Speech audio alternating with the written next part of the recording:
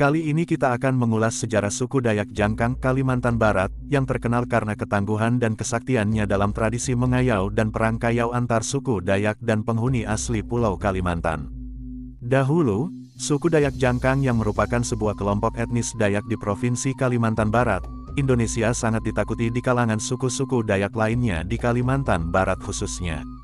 Dayak Jangkang adalah bagian dari rumpun Bidayuh yang mendiami seluruh desa di Kecamatan Jangkang, sebagian Kecamatan Bonti dan Mukok, Kabupaten Sanggau.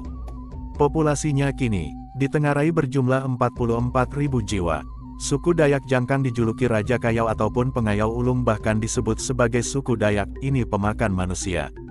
Ini disebabkan suku Dayak Jangkang dahulu mempercayai bahwa kepala dan darah manusia hasil mengayau dapat menambah kesaktian, memberikan energi, memberikan kesuburan pada hasil pertanian dan perkebunan di wilayahnya, memberikan kekuatan pada pondasi bangunan tempat tinggal mereka dan sebagai alas di setiap bangunan.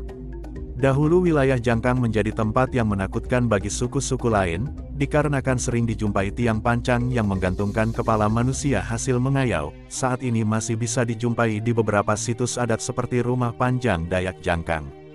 Mereka dahulu menggantungkan epala hasil mengayau di bumbungan atap rumah, di tiang pancang perladangan persawahan, dan di alas tiang bangunan.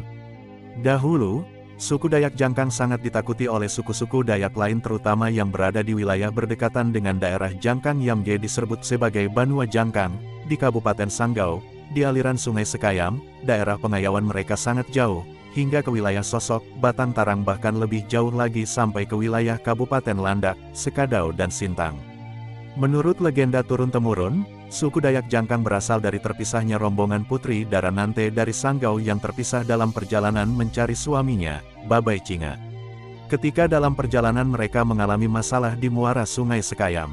Setelah mengatasi kesulitan dan berlayar beberapa hari, mereka pun meneruskan perjalanan menyusuri Sungai Sekayam.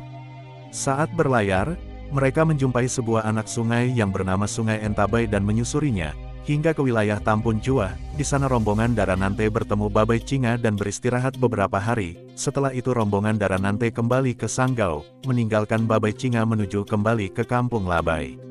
Perpisahan Daranante dan Babai Cinga dipicu oleh panggilan tugas yang harus mereka jalani. Sebagian dari rombongan Daranante memilih tinggal di Tampun Juah.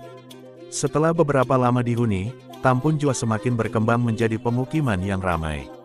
Namun, persoalan sosial ekonomi timbul antara orang Hibun Tampun Juah dengan orang sebagian rombongan Daranante mengakibatkan perpecahan, lalu sebagian penduduk kampung Tampun Juah memilih pergi berlayar mengikuti aliran Sungai Sekayam untuk keluar dari Tampun Juah dan mencari daerah baru setelah mereka mendapat serangan dari penghuni lain.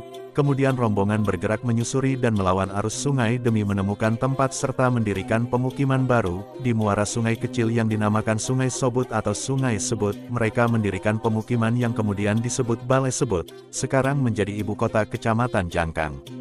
Beberapa dari mereka hidup berladang di sepanjang muara Sungai Ence hingga ke daerah Balai Sebut, yang penuh dengan pohon tekam yang baik untuk bangunan, berjenis Tokam Jangkang. Di sana ada sebuah anak sungai bernama Sungai Jongkang, dan ini membuat wilayah tersebut diberi nama Jongkang Benua, atau Desa Jangkang Benua. Kemudian penduduk yang tinggal di sana disebut orang Jongkang Benua atau Bijongkang dan dikenal sebagai suku Dayak Jangkang. Oleh sebab perpecahan itulah kemudian orang suku Dayak Jangkang yang merupakan salah satu subsuku dari Dayak Bidayuh ini kala itu menjadi bermusuhan dengan orang Hibun.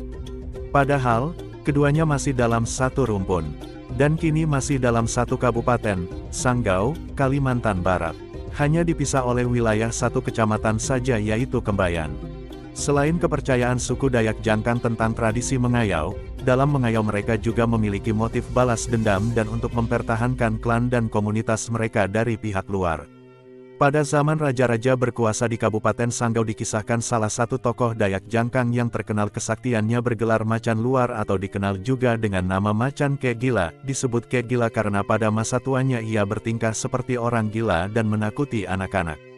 Ia pernah diminta Raja Sanggau kala itu untuk memimpin pasukannya menaklukkan kerajaan Tayan dan Sekadau, karena ketangguhannya sebagai jagoan mengayau. Oleh kehebatan Macan Luar inilah, Panembahan Tayan memberi gelar kepada Macan Luar sebagai Macam Muara Tayan Sengkuang Tajur. Dayak Jangkang ikut mengukir sejarah Dayak, terutama dalam peristiwa pertemuan perdamaian perang kayau antar suku yang dilaksanakan di Tumbang Anoy, Kalimantan Tengah pada tahun 1894.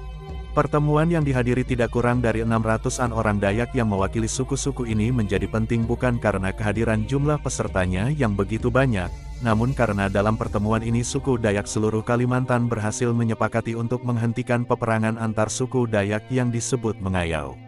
Orang Dayak Jangkang menyadari bahwa apa yang dilakukan oleh sukunya pada saat itu tidak baik untuk diwariskan.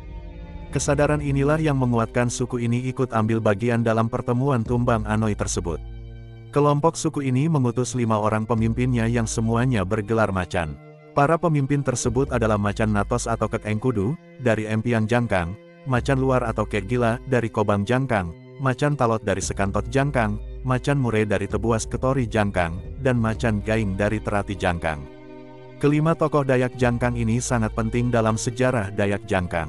Sepulang dari pertemuan ini, kelimanya membuat semacam kesepakatan dengan seluruh anggota masyarakatnya untuk menghentikan praktik penganyauan. Hingga kini suku Dayak Jangkang masih banyak menghuni di Binua Jangkang yang kini disebut Kecamatan Jangkang Kabupaten Sanggau Kalimantan Barat, dan masih mempertahankan adat budaya serta warisan budaya Dayak Jangkang seiring pertumbuhan populasi, ekonomi, dan ilmu pengetahuan kini.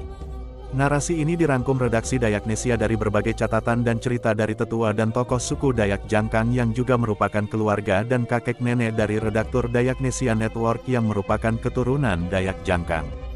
Kakek redaktur yang merupakan keturunan tokoh adat Dayak Jangkang dahulu dan merupakan salah satu orang Dayak Jangkang pertama yang mengabdikan diri sebagai anggota ABRI di Angkatan Kepolisian Republik Indonesia pada zaman Orde Lama.